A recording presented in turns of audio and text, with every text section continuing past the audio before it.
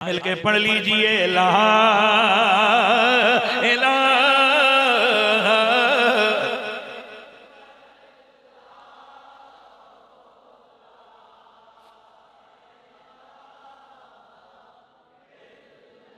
دونوں جہاں میں ہے اللہ، کونوں مکان میں ہے اللہ، ہر جسم میں جان میں ہے اللہ۔ اپنی تخلیق کے شاہکار کے طور پر، اپنی خالقیت کی وصف کے اظہار کے طور پر، ہر جسم اور جان میں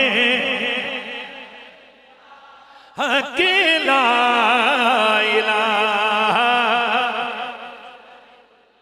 اللہ ہی ہے کہ بڑے بڑے اللہ کے نبی اس کے آگے سر بسجود ہوتے ہیں۔ یہ جبریل کتنا بڑا ہے، جبریل کتنی شان والا ہے۔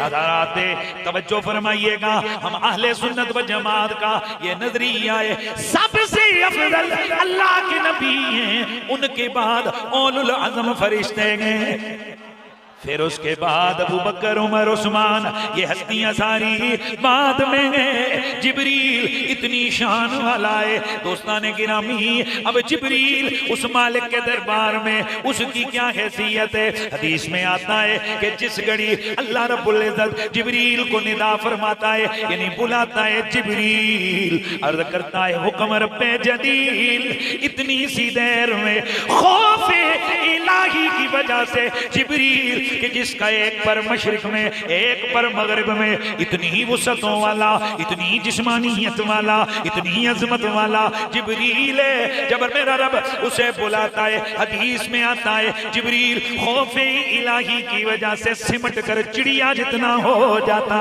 ہے، اس وجہ سے کہ کہیں خالق ناراض نہ ہو جائے، حالانکہ وہ معصوم عن الخطا ہے، اس کی کوئی غلطی نہیں، اس کی کوئی خطا نہیں۔ وہ کتنا کمال والا دربار میرے رب کا ہے، جہاں اربوں خربوں کے حساب سے فرشتے ہر وقت اس مالک کے حکم کے پابند ہیں۔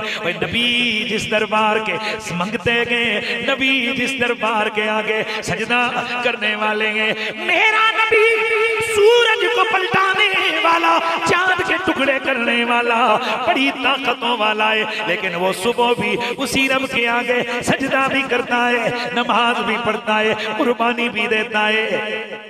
ان صلاتی و نسکی و محیایا و مماتی للہ رب العالمین۔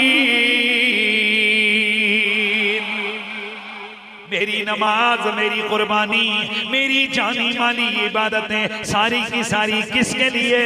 اللہ رب العالمین کے لیے۔ ہم نماز میں بھی پڑھتے ہیں التحیات للہ والصلوات والطیبات، قولی بدنی جانی مالی عبادتیں اللہ کے لیے ہیں، تو پھر وہ اللہ ہی ہے کہ جس کی عبادت کی جائے گی۔ وَاعْبُدُوا اللَّهَ وَلَا تُشْرِكُوا بِهِ شَيْئًا، اللہ کی عبادت کرو، اس کے ساتھ کسی کو شریک مت ٹھہراؤ۔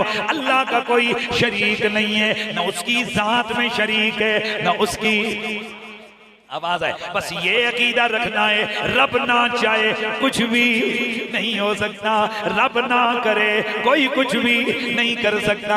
یہ نبیوں ولیوں کو جو طاقت ملی ہے، یہ رب کے دربار سے ملی ہے۔ حقیقت میں ان کی عزتیں رب نے اپنے دربار میں رکھی ہیں، اس لیے میرا اللہ قرآن میں فرماتا ہے للہ العزت ولرسولہ وللمؤمنین ولكن المنافقين لا يعلمون۔ عزت اللہ کے لیے، عزت اس کے رسول کے لیے، عزت مومنین کے لیے۔ یہ جو مومن ہے، یہ جو ولی ہے، یہ جو نبی ہے، یہ دعا کرتے ہیں، رب قبول فرما لیتا ہے۔ اور ربا یہ ہاتھ خالی کیوں نہیں لوٹایا؟ جواب آتا ہے تاکہ پتہ لگے میرے دربار میں میرے نبیوں ولیوں کی عزت ہے۔